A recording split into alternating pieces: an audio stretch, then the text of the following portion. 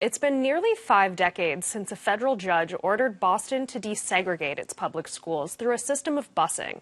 The decision, which came 20 years after segregation was outlawed nationwide, was a long and hard-fought win for black parents and civil rights activists in the city. But it would be followed by 2 years of hate, violence, unrest, and scenes like these of white mobs terrorizing young black children just trying to get to school.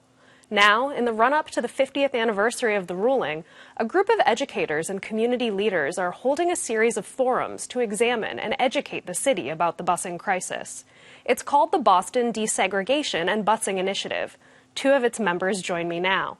Ira Jackson was chief of staff to the mayor of Boston during the busing crisis, Kevin White, and Milly Arbaje-Thomas is the CEO of Metco, a voluntary school integration program still operating today. Milly, Ira, thank you both for joining me today to talk about this project. Pleasure to be with you, Katie. Thank you. So what's the goal here? What are you and the people you're working with on this hoping to see happen by revisiting the events of 50 years ago? If I can begin, yes, please, Milly, about 40 of us gathered together about a year ago under the leadership of Lou Finfer and Carolyn Crockett from MIT. Almost all of us were participants in busing 49 years ago, either on the buses or involved in advocacy in some way. And we feel strongly that this ugly and traumatic event and experience in Boston needs to be remembered. We need to educate one another about it. There's still some healing that needs to be done, and we need to move forward with greater urgency to improve quality education, which is what the black parents wanted 49 years ago. And Milly, what do you think the lessons are that still need to be learned here today? You know, I was added to this initiative recently, in the recent month, as the person in the Metco program right now, and I think it was so important to tell the entire story. I know that this happened in 1974, but prior to that, the Metco program was already in existence for 8 years. You know, so I think one of the things that we're looking at is what happened leading up to this. How do we elevate the voices of the families that organized during the early 60s that were trying to advocate for a better education program? Sure, the Metco program was a result of that advocacy, but still there was a lot of work happening even after that to continue to address the entire educational crisis in our city. So it's so important to be able to talk about this history, because I think we need to reflect now and see what were the lessons learned. Are there some things that we can still do? And we all know there is, you know, within any educational system. But we have to remember that this was in the shoulders of people that fought really hard to get us where we are today, and we owe it to them to continue that fight. I couldn't agree more, Katie. And I had the privilege of knowing Ellen Jackson and Ruth Batson, who were the 2 of the heroines of this story, who worked for 15, 20 years tirelessly as black parents and community activists to bring about the desegregation and to advocate, more importantly, for quality education. And it's a story that should be celebrated. And as Milly said, their names and profiles should be elevated and celebrated in Boston. And do you find, Milly, that the students who are participating in Metco today, did they know about this history of the city? No, it's not something that is actually really known these days. I actually built an exhibit of the history of Metco in our headquarters in Nubian Square. So now we host school committees and parent meetings and new family orientations there. And everyone always says that they did not know this historical account here in our city. One of the things that we share in common, both this initiative and what happened in Boston Public Schools and in Metco, is exactly who Ira said, Ruth Batson. She is also our mother. You know, she literally was the person who started the Metco program.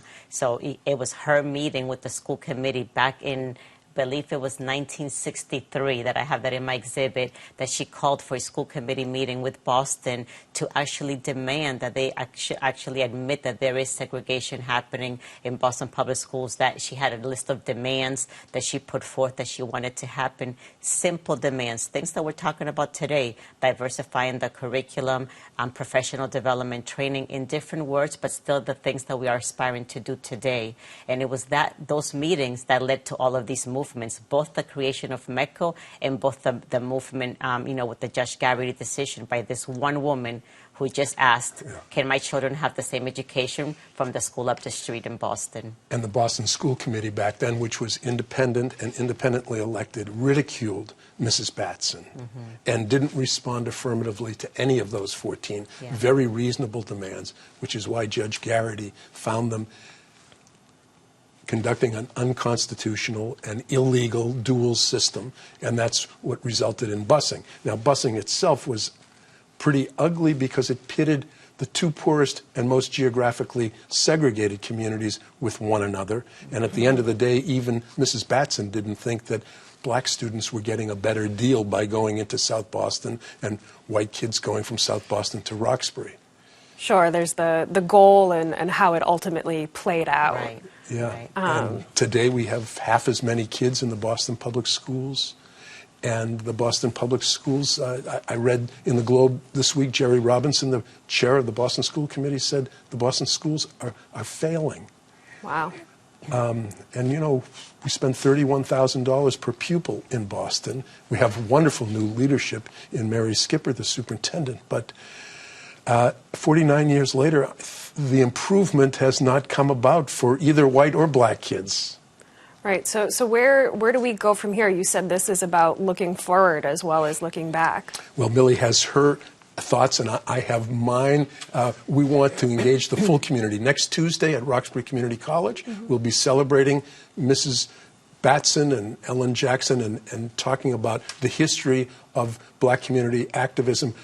But going forward, my own personal opinion, Katie, is I think we need a metropolitan solution, even beyond Metco, or we need a substantially expanded Metco that also works both ways, where suburban kids are coming into the city and taking advantage of our educational resources. I think we need to rethink education altogether, and that's what a number of us were trying to do back in '74, but a Supreme Court decision came down called Milliken, which prevented the judge from ordering Brookline, Andover, Dover, limiting Belmont it just to Boston be part, rather than those. So that went down 4-5. If Potter Stewart had voted the other way, Greater Boston and America would be a different region and country today. Yeah, very, very different effects there. What about you, Milly? What do you think is the Well, next Ira steps said here? that, you know, the key word here with metropolitan, right? So that is part of our name. Metco is the Metropolitan Council for Educational Opportunities, and it is a small part of a solution. We have 3,155 students going to Metco every day out of the city to 33 suburban communities. For me, what was exciting about this job when I came on board 5.5 years ago was the integration part of it and the ability to break down racial barriers because people are being educated together. I think what happened with the Judge Garrity decision, and you mentioned this a bit, the intent versus the outcome, was that we were going to be integrated and worked collaboratively to have a good education in all of our schools. But what happened in that same couple of years after was white flight. People just left. The white families that were asked to integrate just left to the suburbs, and then it was left to be segregated once again, but with the different, with the different demographics. And I think we see today that the schools are more segregated now than they were before. That is one of the things that we're working on with Metco as part of that solution, but we don't want to just integrate for the sake of just showing up at classrooms. We're working to see how we can actually change the educational system by having integrated school experiences for everyone. How does every student benefit from an inclusive, integrated, and equitable education? And I think that's what was missing. It was the integration was missing, the equity was missing. So we're really working with our districts, at least on the metropolitan side, to have assessments around equity, to do trainings and professional development on how do we work together on anti-racism work, how do we communicate that we care about this topic and that we understand that we can all do better when we get educated together. So I hope that, there's some sort of a solution in the near future. How do we continue to deal with this segregation in this city?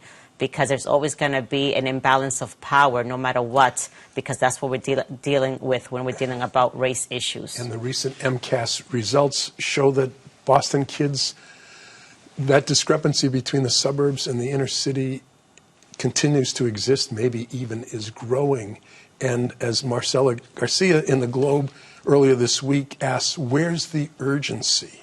And we hope that our desegregation and busing educational initiative will help to light a flame, not only elevate these heroes and heroines from our past, but increase the urgency of improving the quality of education for every one of our children.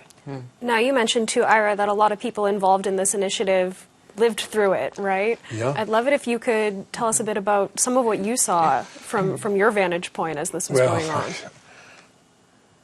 I accompanied the school buses that left from a staging area up to the Heights to South Boston on September 14th, 1974, and I witnessed something that I was shocked to experience. I might even suffer a little bit from PTSD 49 years later.